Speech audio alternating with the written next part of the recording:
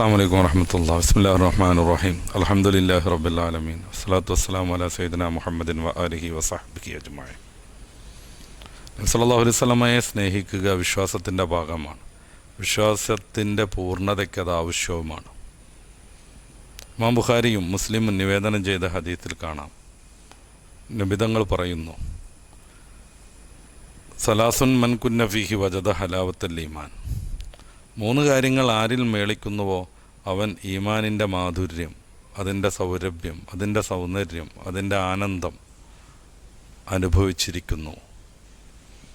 3 കാര്യങ്ങളിൽ പ്രഥമമായി നബി പരിചയപ്പെടുത്തുന്നത്, അള്ളാഹുവും റസൂലും മറ്റെന്തിനേക്കാളും ആർക്കാണോ ഇഷ്ടമാകുന്നത്, ഇഷ്ടക്കാരാകുന്നത്, അവർക്ക് ഈമാനിൻ്റെ സൗരഭ്യം, അതിൻ്റെ മാധുര്യം അനുഭവിക്കാമെന്നാണ്. നബി വിശ്വാസിയുടെ സ്നേഹഭാജനമാവണമെന്നർത്ഥം ആണ് താനും. പല ഹദീസുകളിലും ഹബീബായ നബി സല്ലല്ലാഹു അലൈഹി വസല്ലം അത് വിശദീകരിച്ച് തന്നിട്ടുണ്ട്. ലാ യുമിനു അഹദുക്കും ഹത്താ അകൂന എന്ന് പറയുന്ന ഹദീസ് പ്രസിദ്ധമാണ്. നിങ്ങളാരും പൂർണ്ണമായ വിശ്വാസികളാവൂല, ഞാൻ അവന് പിതാവിനേക്കാളും സന്താനങ്ങളെക്കാളും വന്നാസി അജ്മഈൻ എല്ലാ ജനങ്ങളെക്കാളും ഇഷ്ടക്കാരനാകുന്നത് വരെ. ഇമാം ബുഖാരി നിവേദനം ചെയ്ത ഹദീസാണിത്. സയ്യിദ്നാ ഉമർ റളിയല്ലാഹു അൻഹു ഹബീബായ നബി തങ്ങളെ സമീപിച്ചുകൊണ്ട്, എൻ്റെ ആത്മാവിനെയും എൻ്റെ ശരീരത്തെക്കാളും എനിക്ക് അങ്ങയെ ഇഷ്ടമില്ല, നേരെ മറിച്ച് മറ്റെന്തിനേക്കാളും അങ്ങയെ എനിക്കിഷ്ടമാണ്, താല്പര്യമാണ് എന്ന് പറയുന്നൊരു രംഗം ഹദീസിൽ കാണാം. നബി തിരുത്തുകയാണ്, ഇല്ല അങ്ങനെ പറ്റില്ല. വല്ലദീ നഫ്സി ബിയദി, എൻ്റെ ആത്മാവ് ആരാണോ നിയന്ത്രിക്കുന്നത് ആ അള്ളാഹുവാണേ സത്യം, താങ്കളുടെ ശരീരത്തെക്കാളും ആത്മാവിനേക്കാളും എന്നെ പ്രണയിക്കുന്നത് വരെ, ഇഷ്ടപ്പെടുന്നത് വരെ താങ്കളുടെ ഈമാൻ പൂർണ്ണമല്ല. ഇത് കേൾക്കേണ്ട താമസം ഉമർ റളിയല്ലാഹു അൻഹു പറയുന്നത്, വൈന്നഹുല്ലാൻ, ഈ നിമിഷം മുതൽ അങ്ങാണ് എനിക്ക് എന്നെക്കാളും എൻ്റെ ആത്മാവിനേക്കാളും പ്രിയങ്കരൻ എന്നാണ്. പരിശുദ്ധ ഖുർആനിൽ സൂറത്ത് തൗബയുടെ 24-ാമത്തെ വചനം പരിശോധിച്ചാൽ, കുൽ, നബിയെ പറയുക എന്നും പറഞ്ഞ് അള്ളാഹു ഓർമ്മപ്പെടുത്തുന്നത്, നിങ്ങളുടെ സന്താനങ്ങൾ, നിങ്ങളുടെ മാതാപിതാക്കൾ, നിങ്ങളുടെ ഭാര്യമാർ, നിങ്ങളുടെ മറ്റ് കുടുംബ ബന്ധുക്കൾ, നിങ്ങളുടെ സഹോദരീ സഹോദരന്മാർ, അപ്രകാരം നിങ്ങൾ അധ്വാനിച്ച് സ്വരൂക്കൂട്ടിയ സമ്പത്ത്, നിങ്ങൾ നഷ്ടം പറ്റുമോ എന്ന് ഭയന്ന് സൂക്ഷ്മമായി കൈകാര്യം ചെയ്യുന്ന, ശ്രദ്ധയോടുകൂടെ ഇടപെടുന്ന നിങ്ങളുടെ ബിസിനസ്സുകൾ, കച്ചവടങ്ങൾ, നിങ്ങൾ ഇഷ്ടപ്പെടുന്ന നിങ്ങളുടെ ഭവനങ്ങൾ ഇത്യാദി ഭൗതികമായൊരു മനുഷ്യനെ ഏറ്റവും ആകർഷിക്കുന്ന, സന്തോഷിപ്പിക്കുന്ന, മനുഷ്യൻ ബന്ധപ്പെട്ട് നിൽക്കുന്ന കാര്യങ്ങൾ എല്ലാം നബിയെ ഇഷ്ടപ്പെടുന്നതിൻ്റെ താഴെയാവുന്നില്ലെങ്കിൽ, അതിനോടുള്ള പ്രണയം അള്ളാഹുവിനെയും റസൂലിനെയും ഇഷ്ടപ്പെടുന്നതിനേക്കാൾ മുകളിൽ വരുന്നുവെങ്കിൽ, ഫതറബ്ബസു ഹത്താ യഅതി അല്ലാഹു ബി അംരി, അള്ളാഹു കാര്യം തീരുമാനിച്ച് വിധി പ്രഖ്യാപിക്കുന്നത് പ്രതീക്ഷിച്ചു നിന്നോളൂ എന്നാണ് ഖുർആൻ പറയുന്നത്. എത്ര തീവ്രമാണ് ഈ വാക്യം! മനുഷ്യനുമായി ബന്ധപ്പെടുന്ന, മനുഷ്യൻ ഏറ്റവും സ്നേഹിക്കുന്ന ഓരോന്നിനെയും എടുത്തു പറയണം. മാതാപിതാക്കൾ, മക്കൾ, സഹോദരി സഹോദരന്മാർ, ഭാര്യ ഭർത്താക്കന്മാർ പരസ്പരം വല്ലാതെ സ്നേഹിക്കുന്നു. ഇനി ഒന്നും വിട്ടുപോകരുതെന്ന് കരുതി വാഷീറത്തുക്കും, നിങ്ങളുടെ മറ്റു കുടുംബ ബന്ധുക്കൾ എന്നും പറയുന്നു. പിന്നെ കച്ചവടം, മനുഷ്യന് സമ്പത്ത് ആവശ്യമാണ്, അതിനവൻ ഇടപെടുന്നൊരു മേഖലയാണത്. വീട്, സുരക്ഷിതത്വം ആവശ്യമാണ്, പാർക്കാൻ തലചായ്ക്കാൻ ഒരു ഇടം വേണം. അതുകൊണ്ട് വീടിനെ എല്ലാവരും ഇഷ്ടപ്പെടുന്നു. നമ്മൾ സ്വരൂകൂട്ടുന്ന സമ്പത്ത് അത് നഷ്ടപ്പെടരുത് എന്ന് കരുതി വളരെ തീവ്രമായ സുരക്ഷാ സംവിധാനങ്ങൾ നമ്മൾ ഒരുക്കുന്നു. അത് നമ്മൾക്ക് ഇഷ്ടമുള്ളതാണ്. ഇതിനേക്കാളൊക്കെ നബി ഇഷ്ടപ്പെടണം, ഇതിനേക്കാളൊക്കെ അള്ളാഹു അവൻ്റെ ഇഷ്ടത്തിലേക്ക് വരണം, അല്ലെങ്കിൽ അള്ളാഹുവിൻ്റെ തീരുമാനം പ്രതീക്ഷിച്ചു കൊള്ളുക എന്നാണ്. അതുകൊണ്ട് തന്നെ ലോകചരിത്രത്തിൽ മറ്റൊന്നില്ലാത്ത വിധം അനുയായികൾ നബി സല്ലല്ലാഹു അലൈഹി വസല്ലമ തങ്ങളെ സ്നേഹിച്ചു. നബി തങ്ങളെ സ്നേഹിക്കുന്നതിൻ്റെ ഭാഗമാണ് അവിടുത്തെ ചര്യകൾ പിന്തുടരുക എന്ന്. വിശ്വാസികൾ അതിനുവേണ്ടി കഠിനമായി യത്നിക്കുന്നു. അവർ നബിയുടെ ചര്യ കൈമാറാൻ വേണ്ടി അതിവിപുലമായൊരു വിജ്ഞാനശാഖ രൂപീകരിച്ചിരിക്കുന്നു. നബിയുടെ വാക്കും പ്രവൃത്തിയും അംഗീകാരങ്ങളും കൃത്യമായി ലോകത്തിൻ്റെ ഏത് കോണിലുള്ള വിശ്വാസിക്കും പഠിക്കാനും മനസ്സിലാക്കാനും സൗകര്യപ്രദമായ രീതിയിൽ സംവിധാനിക്കപ്പെട്ടിരിക്കുന്നു. അത് സംബന്ധമായ വിവിധങ്ങളായ പഠനങ്ങൾ വ്യാപകമായി നടക്കുന്നു.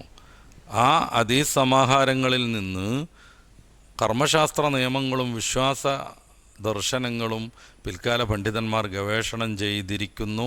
ഇപ്പോഴും പല വിധത്തിലുള്ള അത് സംബന്ധിയായ പഠനങ്ങൾ നടന്നുകൊണ്ടിരിക്കുന്നു. ഇതെന്തിനാണ്? നബി സല്ലല്ലാഹു അലൈഹി വസല്ലമ തങ്ങളെ പിന്തുടരാൻ. നബിയെ പിന്തുടരുക എന്നത് അവിടുത്തെ ഇഷ്ടപ്പെടുന്നതിൻ്റെ പ്രധാനപ്പെട്ട ഒരു ലക്ഷണമാണ്. ഇങ്ങനെയൊക്കെ പറയുമ്പോൾ നബിയെ പിന്തുടരലിൽ മാത്രമാണ് ഈ നബിയോടുള്ള ഇഷ്ടം, മഹബത്ത്, ഇഷ്ക് പ്രകടമാവുക എന്നാരും തെറ്റിദ്ധരിക്കരുത്. അങ്ങനെ ചില പ്രചാരണങ്ങളുണ്ട്. നബിയെ ഇഷ്ടപ്പെടുക എന്ന് പറഞ്ഞാൽ അവിടുത്തെ ചര്യ ഏറ്റെടുക്കുക എന്ന് മാത്രമാണ് എന്നുള്ള രീതിയിൽ. നമ്മൾ ആലോചിച്ച് നോക്കാം, ഒരാളെ അംഗീകരിക്കുന്നതും വഴിപ്പെടുന്നതും അയാളുടെ കൽപ്പനകൾ പാലിക്കുന്നതും അദ്ദേഹം വിരോധിച്ച കാര്യങ്ങളെ ജീവിതത്തിൽ നിന്ന് ഉപേക്ഷിക്കുന്നതും ആ വ്യക്തിത്വത്തോടുള്ള ഇഷ്ടം കൊണ്ട് മാത്രമാകണമെന്നില്ല. നേരെ മറിച്ച് മറ്റു പല സ്വാധീനങ്ങളാലും അത് സംഭവിക്കാം. ഉദാഹരണമായി, ഒരു മേലുദ്യോഗസ്ഥനെ കീഴുദ്യോഗസ്ഥൻ അനുസരിക്കുന്നത്, അയാളുടെ കൽപ്പനകൾ പാലിക്കുന്നത്, അയാൾ പറയുന്നത് പോലെ ഓഫീസ് കാര്യങ്ങൾ കൈകാര്യം ചെയ്യുന്നത് ഈ വ്യക്തിയോടുള്ള ഇഷ്ടം കൊണ്ടായിരിക്കണം എന്നില്ല. നേരെ മറിച്ച് അദ്ദേഹത്തിൻ്റെ ജോലി സ്ഥിരതയ്ക്ക് അത് ആവശ്യമാണ്, അതുകൊണ്ടാകാം. ഒരു പോലീസ് ഉദ്യോഗസ്ഥൻ കൽപ്പിക്കുന്നത് ഒരു മനുഷ്യൻ പാലിക്കുന്നത് അദ്ദേഹത്തോടുള്ള ഇഷ്ടം കൊണ്ടല്ല, ഭൂരിഭാഗവും അങ്ങനെയല്ല. പിന്നെയോ അത് പാലിച്ചിട്ടില്ലെങ്കിലുള്ള അനർത്ഥങ്ങളെക്കുറിച്ച് ആലോചിച്ചിട്ടാകാം. നബി സല്ലല്ലാഹു അലൈഹി വസല്ലമ തങ്ങളൊരു നിയമം കൊണ്ടുവരുന്നു. നബി അള്ളാഹുവിൻ്റെ ദൂതരാണെന്ന് വ്യക്തമായി ഉറപ്പുള്ള ഒരാൾ അത് പാലിക്കുന്നത് നബിയെ ഇഷ്ടപ്പെട്ടുകൊണ്ടാകുമ്പോൾ അവൻ്റെ ഈമാൻ പൂർണ്ണതയിലേക്ക് എത്തുന്നു. അല്ല, നരകം ഭയന്നാണെങ്കിൽ,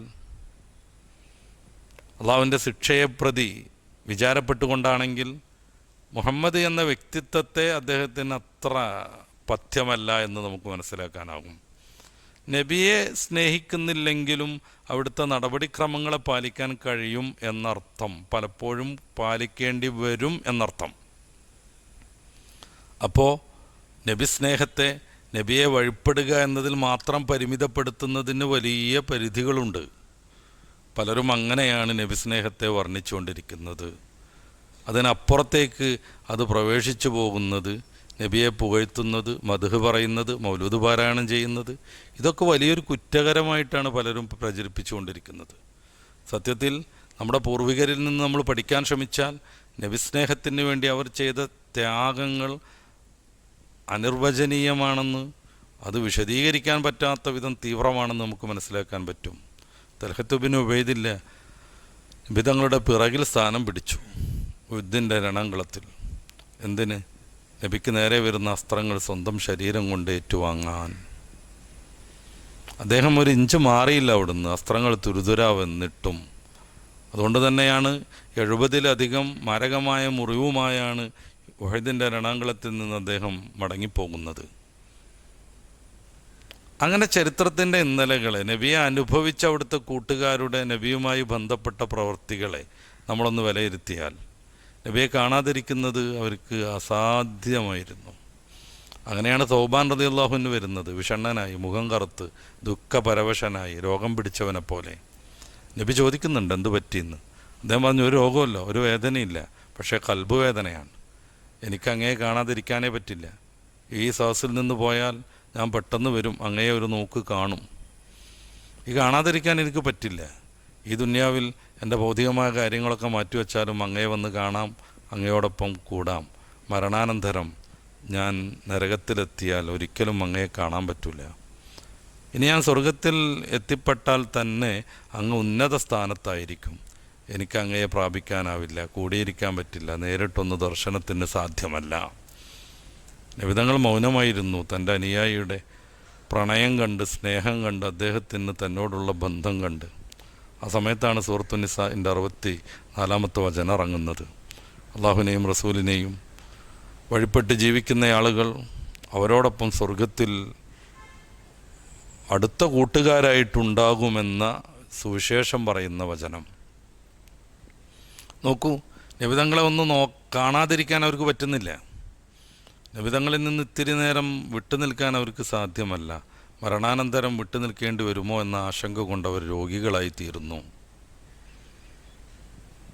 നബിക്ക് വേണ്ടി ജീവിതം ത്യജിക്കുന്നു. നബി രാത്രി എഴുന്നേറ്റ് തഹജ്ജുദിന് ഒരുങ്ങി വരുമ്പോൾ വെള്ളവുമായി പുറത്ത് ആരും നിർദ്ദേശിക്കാതെ ചില സഹാബിവര്യന്മാർ കാവൽ നിൽക്കുന്നു. നബിയെ സ്നേഹിച്ചത് കാരണം അവിടുന്ന് ഉളു എടുത്ത വെള്ളം ലഭ്യമാവാൻ വേണ്ടി അവർ തിരക്ക് കൂട്ടുന്നു. പലർക്കും അരോചകമായി തോന്നുന്ന നബിതങ്ങളുടെ ഇത്തരം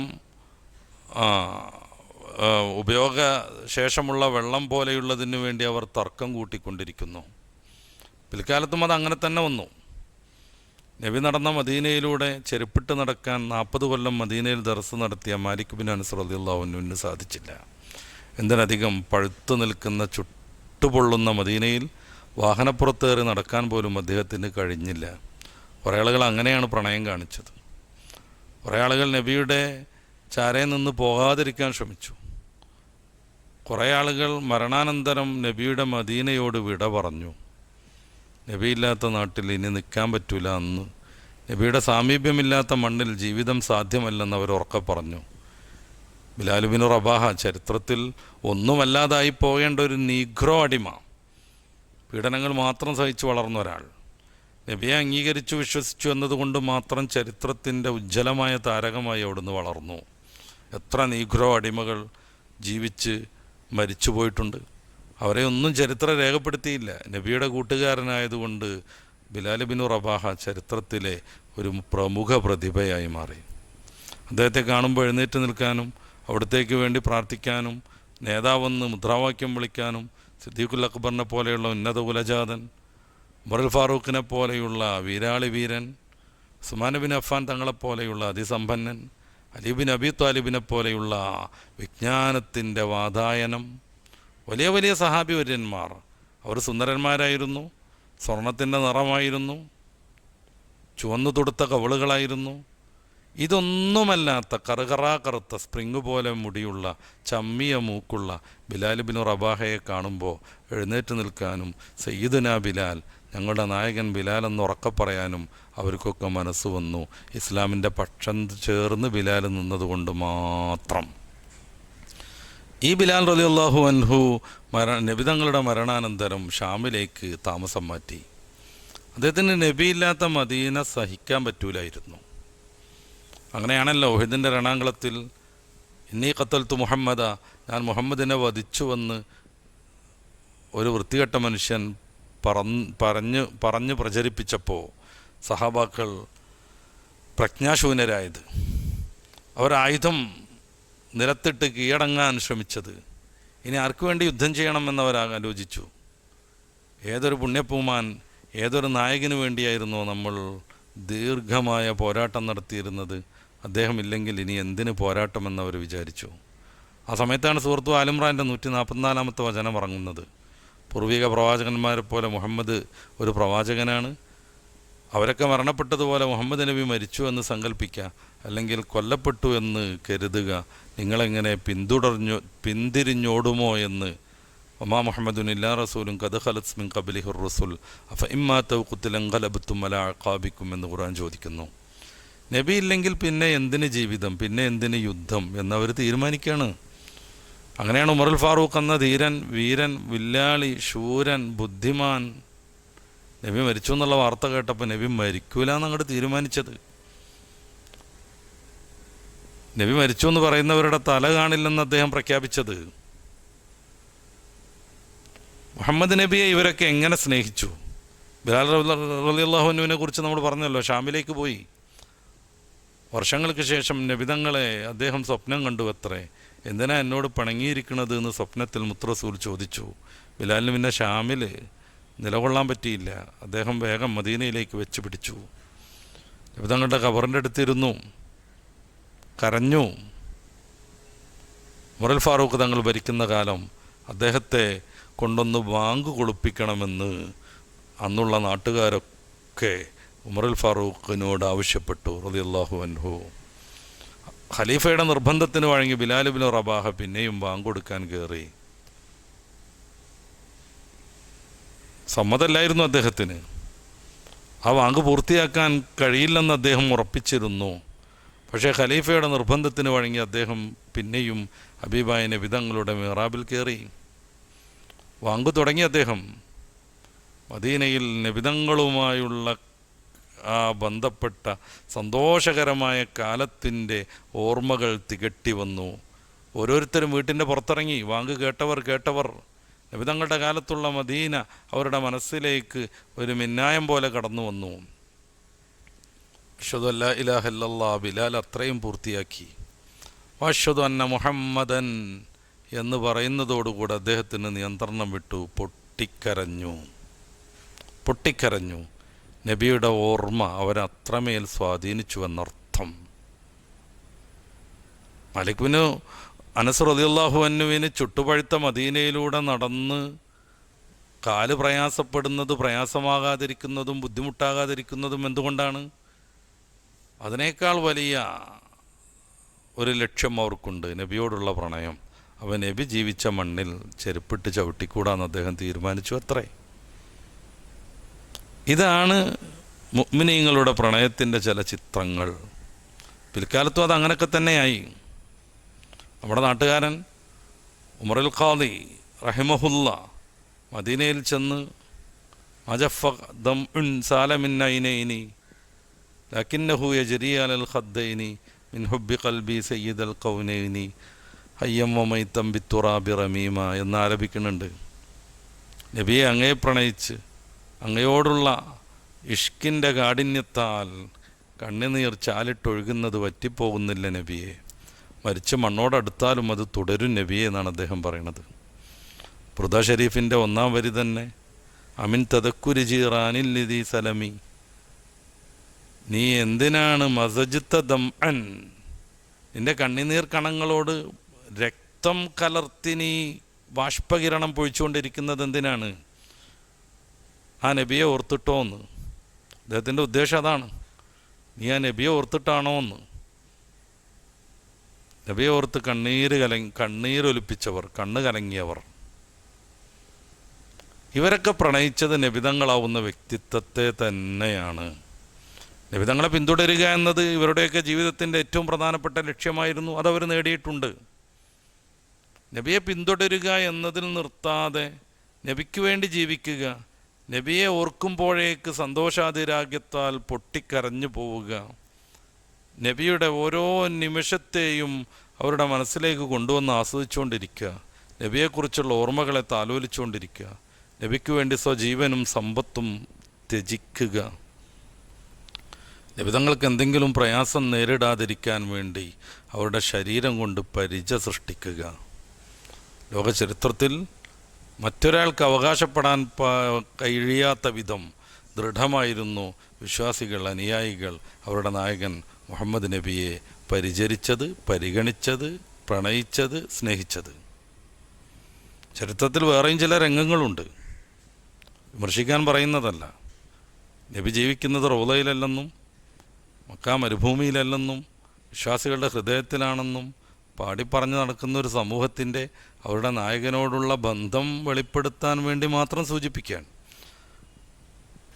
കുരിശിൽ തറച്ച് യേശുവിനെ കൊല്ലാൻ വേണ്ടി ശത്രുക്കൾ പാത്തും പതുങ്ങി നടന്നപ്പോൾ രക്ഷ തേടി അദ്ദേഹം പ്രാർത്ഥിക്കാൻ പോകുന്നുണ്ട് ഒരു തോട്ടത്തിൽ. അവിടെ 12 പേരെ അദ്ദേഹം കാവൽ നിർത്തുന്നു. പ്രാർത്ഥന കുറച്ചൊക്കെ ആയി അദ്ദേഹം വന്നു നോക്കുമ്പോൾ ഇവരൊക്കെ ഉറങ്ങുന്നതാണ് കണ്ടത്. അദ്ദേഹം വിളിച്ചുണർത്തി.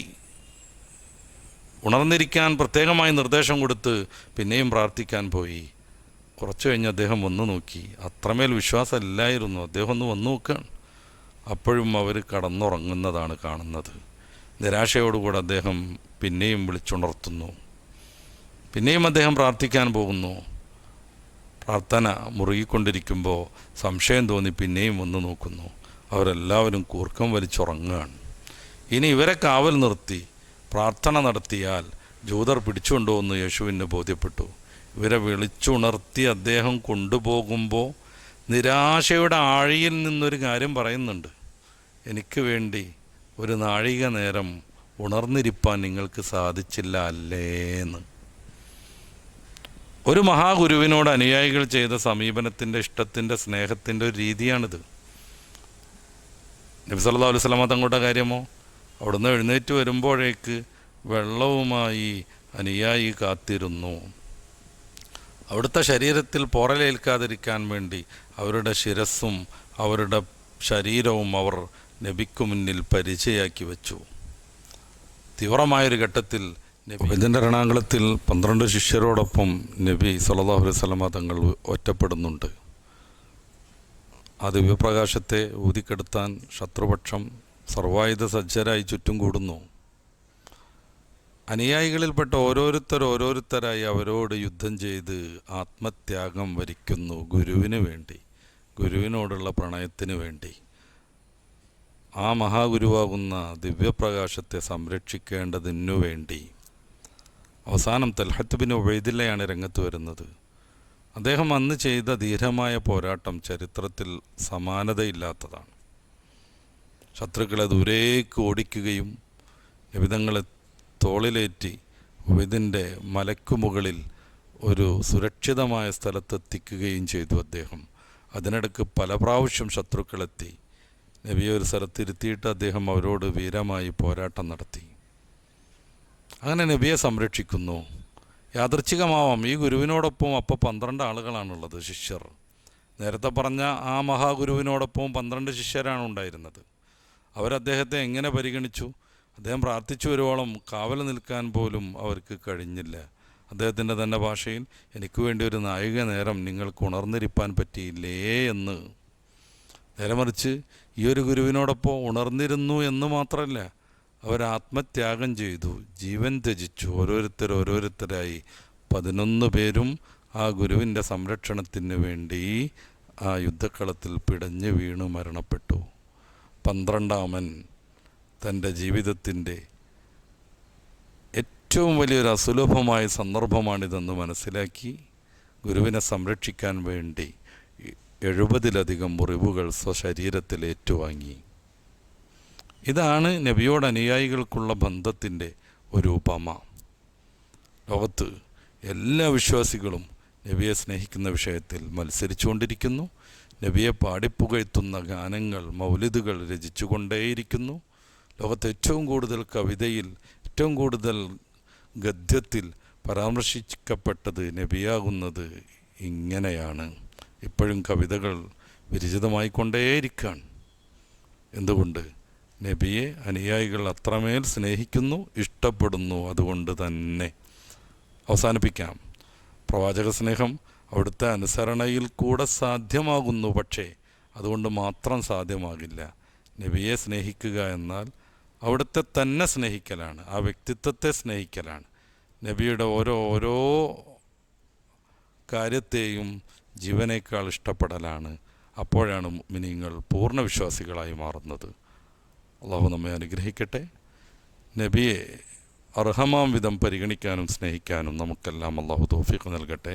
വാഖിറു ദഅ്വാനാ അൽഹംദുലില്ലാഹ്. അസ്സലാമു അലൈക്കും വറഹ്മത്തുള്ളാഹി.